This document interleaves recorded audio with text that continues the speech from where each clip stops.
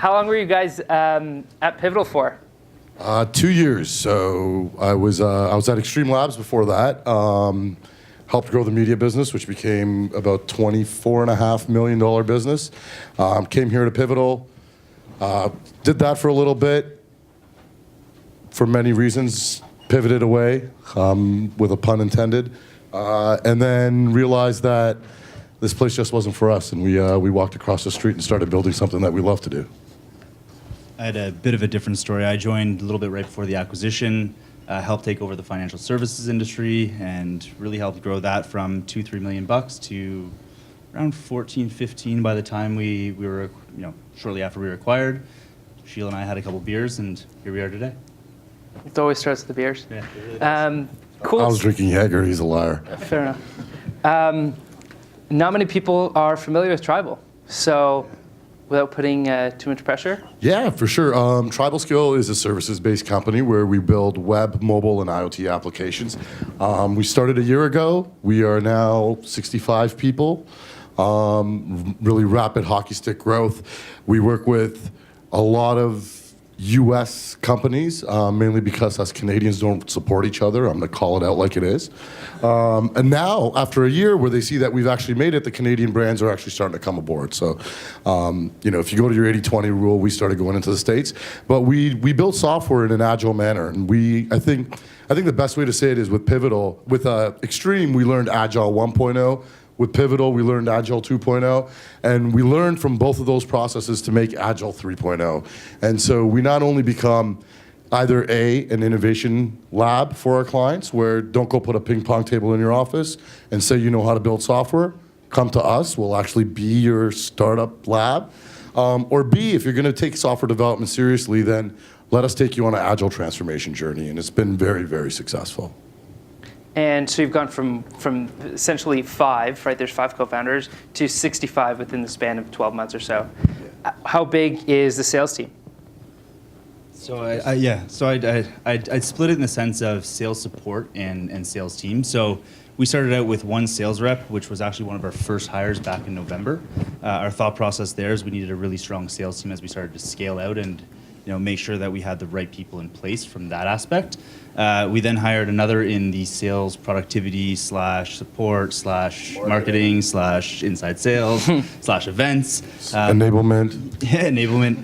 And now we're currently sitting with 4 sales reps, 3 in Toronto, 1 down in New York, and a team of support that hovers around 4 or 5, with some co-ops and interns that flow through there as well.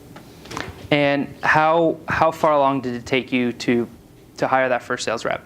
How long was the business running on the 5 co-founders selling versus bringing someone in?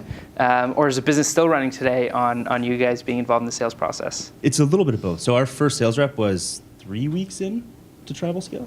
Yeah, it was a month in. Yeah. About a month in, we got our first rep, which didn't end up working out. I just think we went a little too harsh, fast at like finding someone and thinking that, hey, we'll just make this work.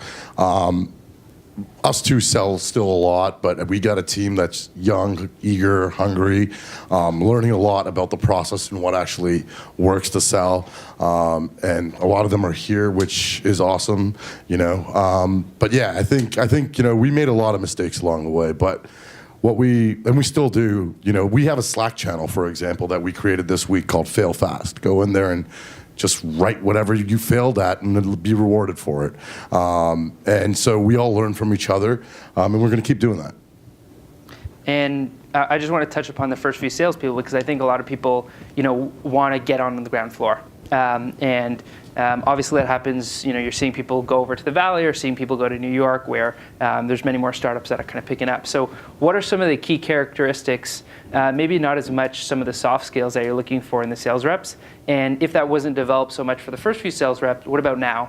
Is there any key criteria that you've identified that you think kind of define what success is for? I would say hunger. The sales reps that we've hired over the past 6, 7, 8, 9 weeks, it's all hunger driven.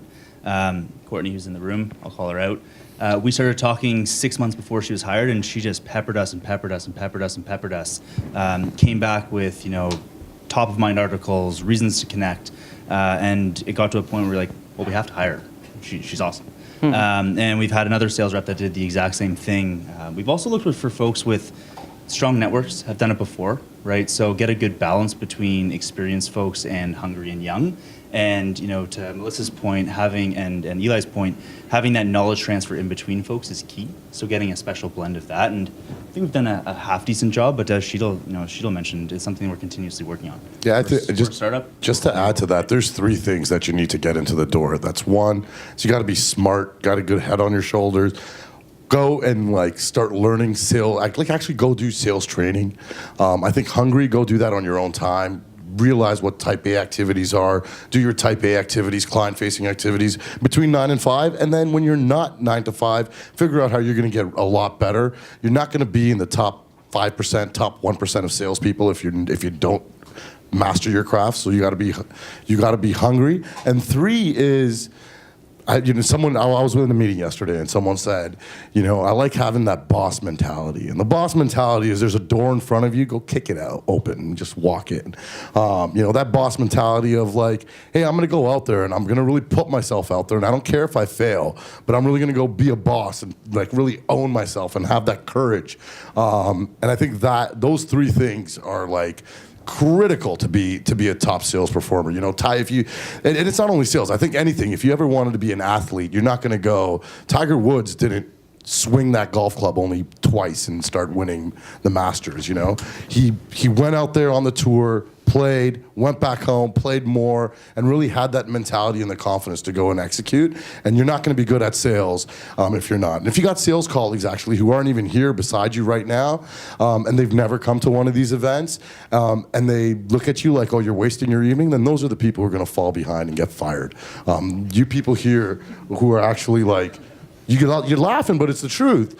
The people who've actually come here and actually taken the time out of their own evening to go and learn and how to be the best at their craft are the ones who are going to move forward. So you got to have that. Once again, I'm going to say it again. Be hungry, be smart, and have that boss mentality that this is your domain and you're going to own it. So obviously your hiring process hasn't been so traditional. People have come to you, they want to work for you guys. Obviously you're quickly growing, you've made some noise. Have you started to develop a bit more of a formal traditional hiring process, or has it just kind of been on the fly, depending on the needs of the business? I think we still are hiring. We still are hiring, and we actively are looking for the right people. But what we're doing is we're fortunate enough that we have to match our growth with how many engineers we have to support it. So we very quickly try to gauge, what's our hiring looking on one side compared to the other. But having said that, we're always looking for good people. I think if we find someone who meets the criteria and is able to come and execute and convince us that we need to move that extra mile, then we'll do it. But that doesn't mean that we don't still actively go out and try to find who those people are. And as you start to grow out the function, obviously you're going to start to incorporate more and more of sales enablement, sales training, sales productivity. What have been the first few initiatives that you've seen to have seen success so far in the organization? So you've had the Slack channel, but what else has been working really well? Yeah, so my background being coming from Salesforce, one of the first things I did was implement a CRM. So we went out, we implemented Salesforce. We ended up tearing it down, not using it anymore, and actually implementing HubSpot. The thought process there was for where our business is and what we're trying to do, we didn't need crazy analytics. We just needed a place where we could nurture leads, pass them through an actual cycle, qualify them, close a deal, move on.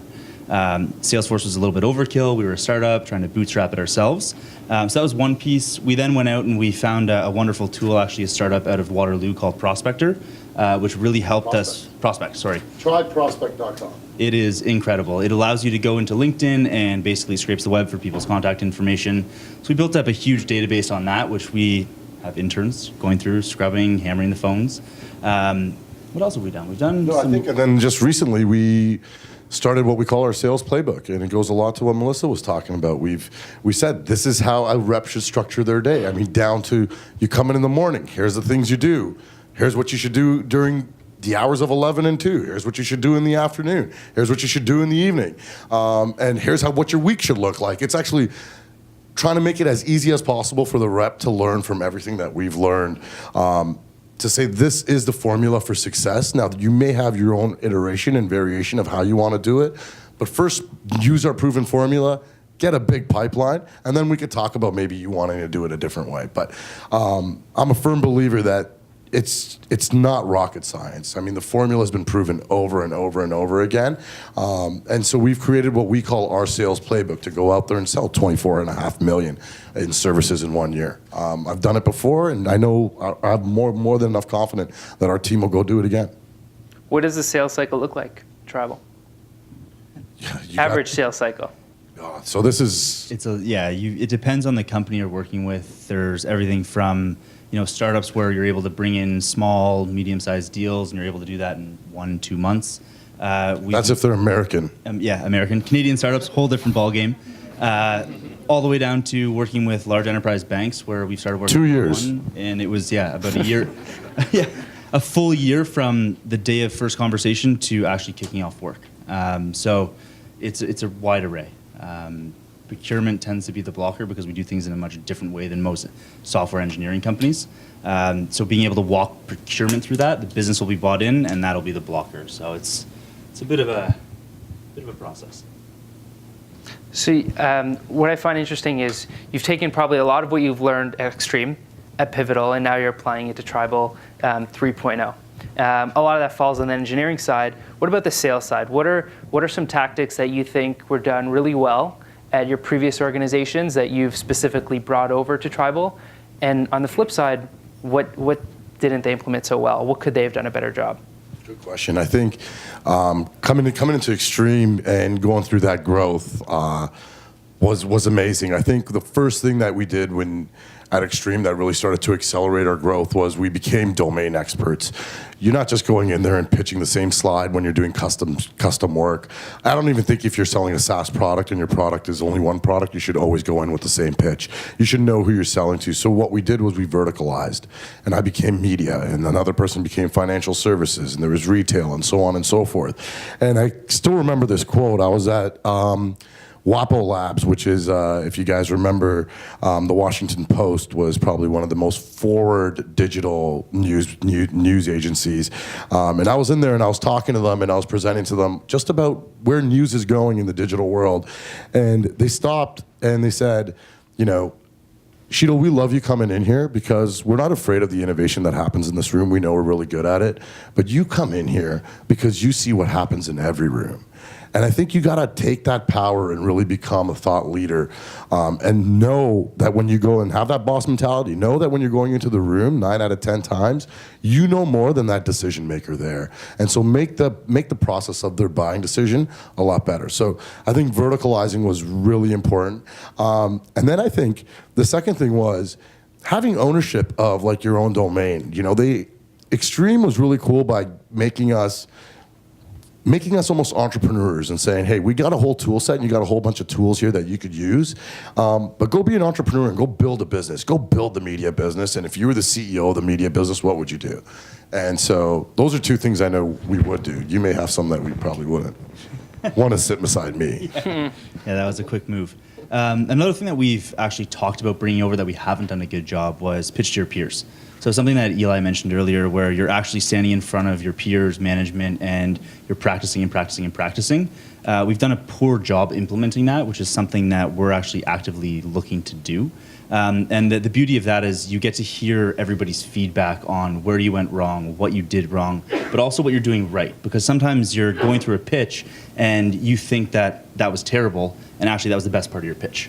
Right, but if you don't have reinforcement and somebody telling you that, you may change up your entire pitch, your entire conversation track, and really you were in a really good area, right? So that's something that we've failed at that we're trying to implement now. And we failed. Well, we'll be honest. I mean, our failure was we put it in the calendar, just nobody owned it. Nobody actually went and did it. It was a Friday afternoon. We went and got drunk instead, and we did stupid shit. I mean, let's be honest, but that's what happened. But we one thing I love about pitch to your peers is I could come out here and say I'm the best sales guy in the world and all you guys should learn from me. That's bullshit. Someone new could go up there and try to pitch our deck to me, and they're going to say something or they're going to describe what the story in a way that I will always pick something else up off them. And that goes back to what we were hearing earlier. You're always learning. Every time you do that with someone, I used to do it in my mirror, and then I would go pitch Dave, and I'd go pitch, and I'm still every time pitching and trying to get the story right of what the TribalScale story should be. And I keep talking, but I love it when I shut up and just hear everyone else pitch to me, is because I start picking up, the one or two little nuggets that it's going to make my pitch so much better. I want to touch upon something that you said is, so you're hearing what people are doing, you're tracking the success and the failures.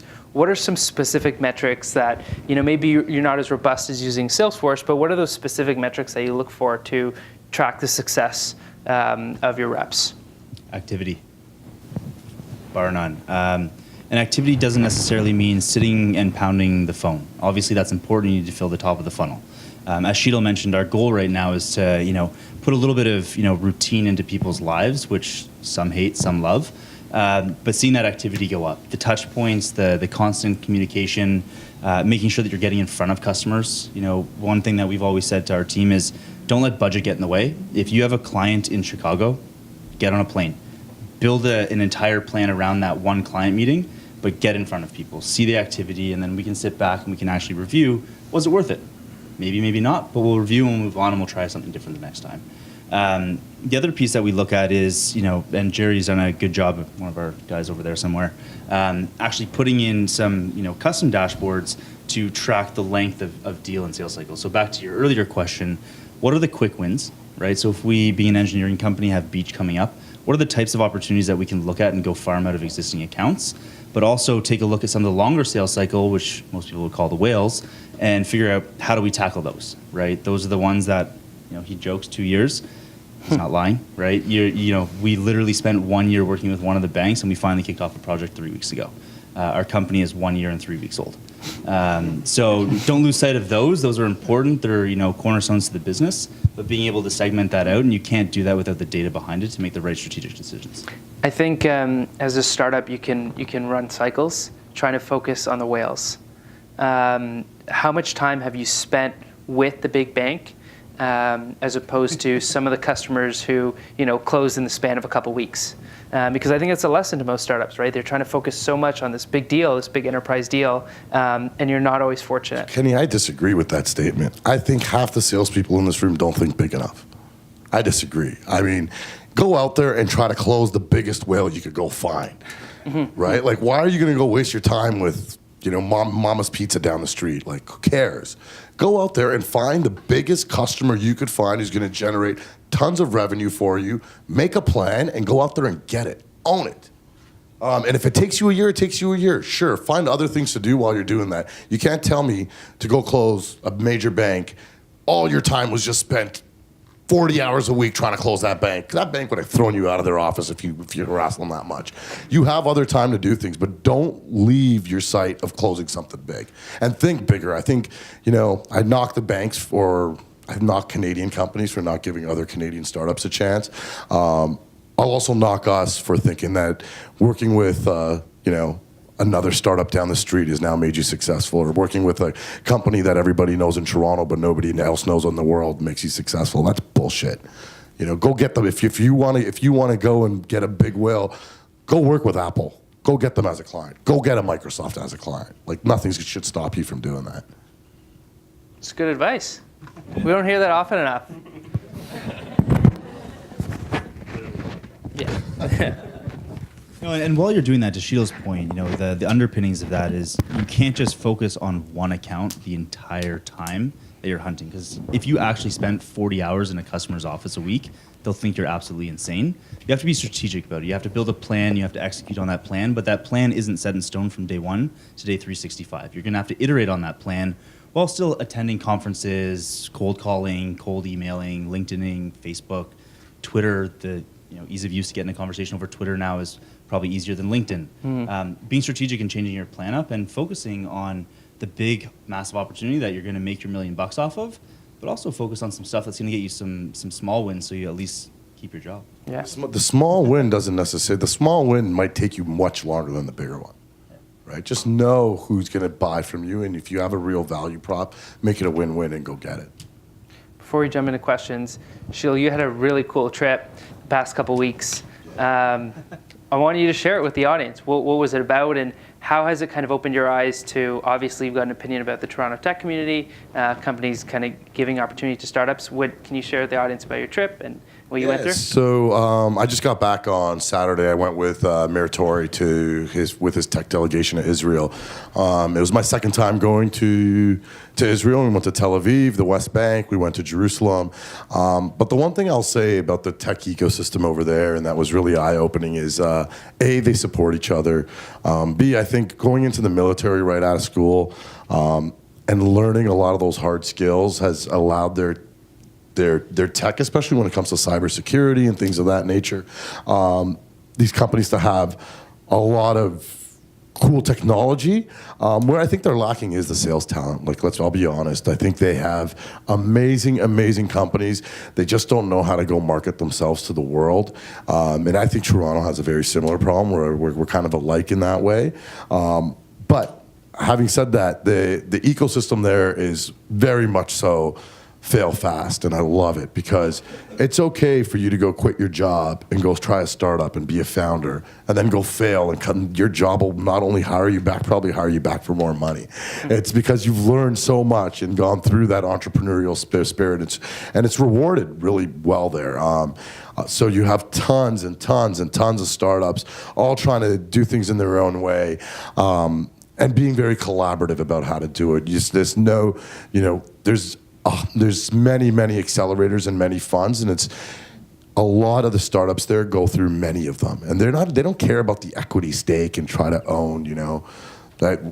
Here's a line I heard. You guys will love it. It's better to own 1% of Google than 100% of Schmoogle, is what I heard over there. And so, they didn't care about like the equity stake, and they understand that everybody who helps along the way dilutes them a bit, but that's what they do, and they got this open attitude to go do it, and I think we can learn a lot from them. Having said that, it was my first time going on a delegation, and the people we went with were really cool too, and a lot of awesome entrepreneurs from Toronto's ecosystem, and I think we got to get together more often like this and be more collaborative and really build our ecosystem here, which was really cool that we got to do that there for a week. And I'd love to, my learning from that is to come back and give back as much as I can to our own community here. Awesome. So let's open up for questions. I want the audience to get in and jump into the questions. I'm going to steal a mic. We'll start with Rads right over there. Yeah, so Sheetal, the main thing with that big account that you guys landed, the bank, could you just briefly go over like the different stages and how they went from finding out about you guys to you landing them a year later? So I think what the big bank is, and I'll say, so we were working here. We decided to go across the street and build what we wanted to build. Not everybody, but a lot of the companies who work with us right now knew us from here or Extreme Labs or before. The bank knew us, didn't trust us, thought we're two knuckleheads who don't know what we're doing when we left. And I think it took longer because when you start working with Disney or AAA or Bloomberg, and then all of a sudden they look like puny banks that they are, when you start actually getting some real heavy hitters in the digital space working with you and trusting you. But you could go through the stages because this is where you spend your time. 40 hours a week, every week. 52 weeks. It was really, there was a lot of just building trust at the very beginning, getting in the door and really explaining who we were and what we did. So as Sheetal mentioned, we worked with them, some of the banks at Extreme and Pivotal. And although, some people say 3.0, we're brand new, right? So for a large company to take a risk with a small organization, it took a lot of time of walking them through our value prop, walking somebody else through our value prop.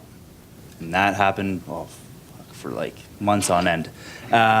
Then finding the right time to actually engage procurement, which is a huge piece. And it's something I've talked to a lot of startups about is when is the right time to actually get into that momentum, into that part of the cycle.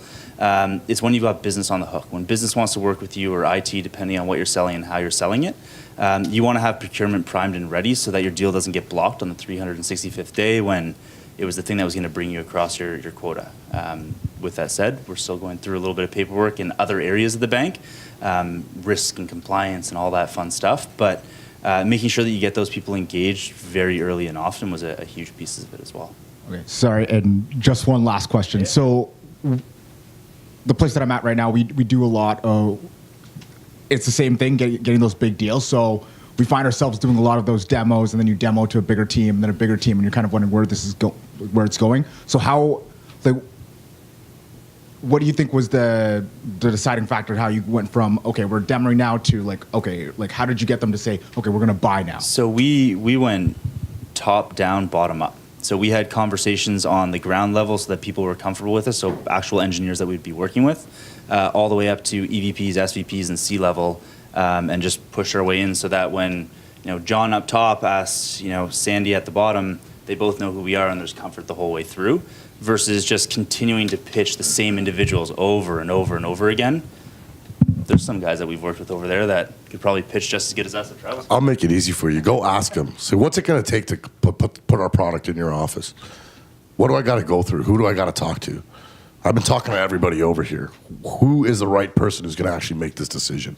Right? You can go pitch everyone and get everybody, but unless you get everybody excited, but unless you got a Slack model where you're going to go in and start chopping away at users and have teams going rogue, you're going to have to go and actually just ask the question. Be like, who is responsible for making this decision? How can you help me since you like what I have to share?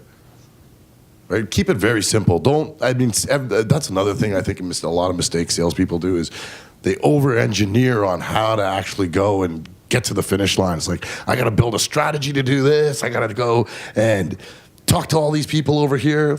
Bullshit. F that. Just go and say, hey, here's my product. Here's my service. I'm bringing you a ton of value. How can we make this happen? Right? Ask for the deal. All right, thanks a lot. Got a question in the back. Oh, go. Cool. Hey, guys. I was wondering if you could expand a little bit on when you spoke about Israel and Canada in terms of how they're missing the mark in terms of marketing themselves to the world. Is it their sales pitch? Is it content marketing? What's the root of that comment? Yeah, I think the root of that comment is it's really their sales and marketing. They over-engineer on technology without actually going out there and finding out what customers actually need and what they want to go do.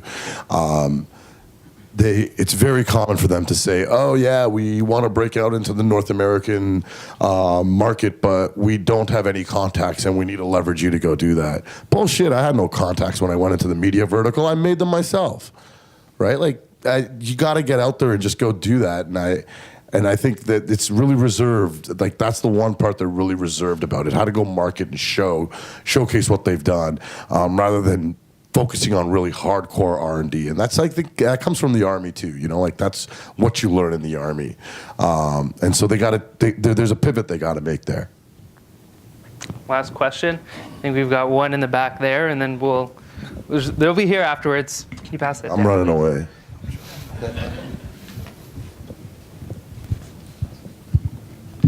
Hi.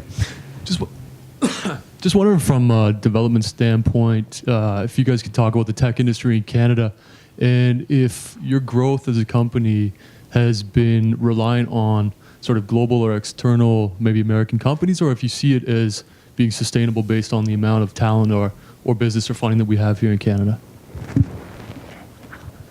I think until Canadians start supporting other Canadians, I'm more than happy if you guys have a sales pitch, by the way, come and pitch us. I know Paul's already been by, and we're happy to adopt and work with other Canadian companies. But until I see that ecosystem changing, I think all of us got to go make it happen. And we got to call out our rich companies here for not supporting us. We totally got to call them out. Until then, I'm going to focus on the Americans, because if I'm going to make money there, then that's where I'm going to go. And I'm not doing this for charity. I do that with the food banks. Awesome. You want to add something? No? Good? Perfect. Thanks very much, Dave. Sheetal.